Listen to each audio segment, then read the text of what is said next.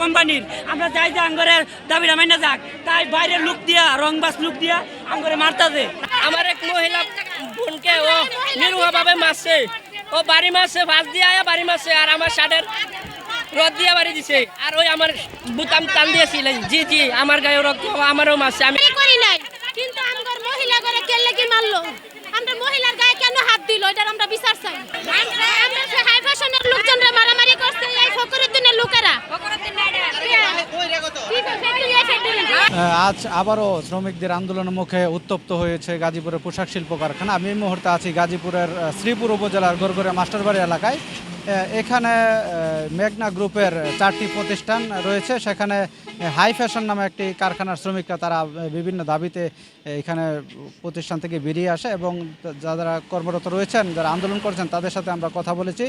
তারা জানিয়েছেন যে তারা যৌক্তিক 14টি দাবি কর্তৃপক্ষের কাছে তুলে ধরেছেন। এর মধ্যে তাদের যে দাবিগুলো সেগুলো হচ্ছে যে বিজিএমএ কর্তৃক বা সরকার নির্ধারিত যে বেতন সেটি দিতে হবে।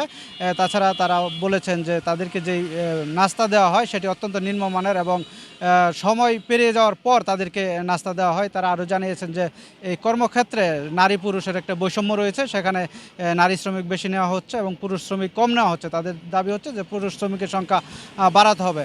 50 বছরের ওয়ারেন্টি আর বাহারি ডিজাইনের মুস্তাফা ইউপিভিসি ডোর, কাটিয়ে দিন নিশ্চিন্তে 50 বছর। Mustafa uPVC door, excellence with durability. এটা শুরু হয়েছে, আমরা সকাল থেকে লাঞ্চ পর্যন্ত ভালোভাবে কাজ করছিলাম। তারপর থেকে 6 তালা থেকে কাজ বন্ধ হয় শুরু হয়। দাবি জানানোর একটা প্রতিবাদ জানায়, দাবি জানায়।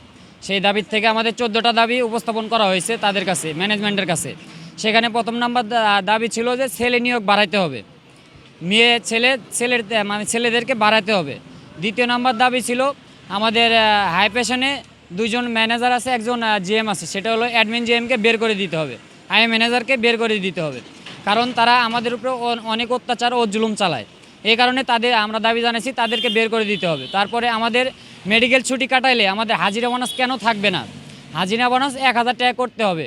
5 মিনিট লেট হলে কোনো প্রকার কোনো ওয়ার্কারের সাথে জুলুম করা যাবে না, সে ওয়ার্কারকে ভিতরে নিতে হবে, এরকম কিছু দাবি ছিল। আর আমাদের হয়েছে কি, আমাদের 8টার টিফিন 9টায় নিয়ে গেছে।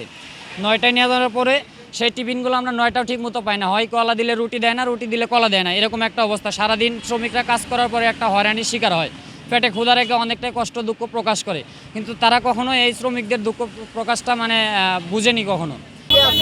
এর ভিতরে 1 নম্বর দাবি হচ্ছে কি নাইট বিল 100 টাকা করতে হবে। হাজিরা বোনাস 15 মিনিট লেটে অফিসে ঢুকলে হাজিরা বোনাস কর্তন করা যাবে না। আমাদের মেডিকেলের ছুটি লিড ফর্ম নিলে হাজিরা বোনাস কর্তন করা যাবে না।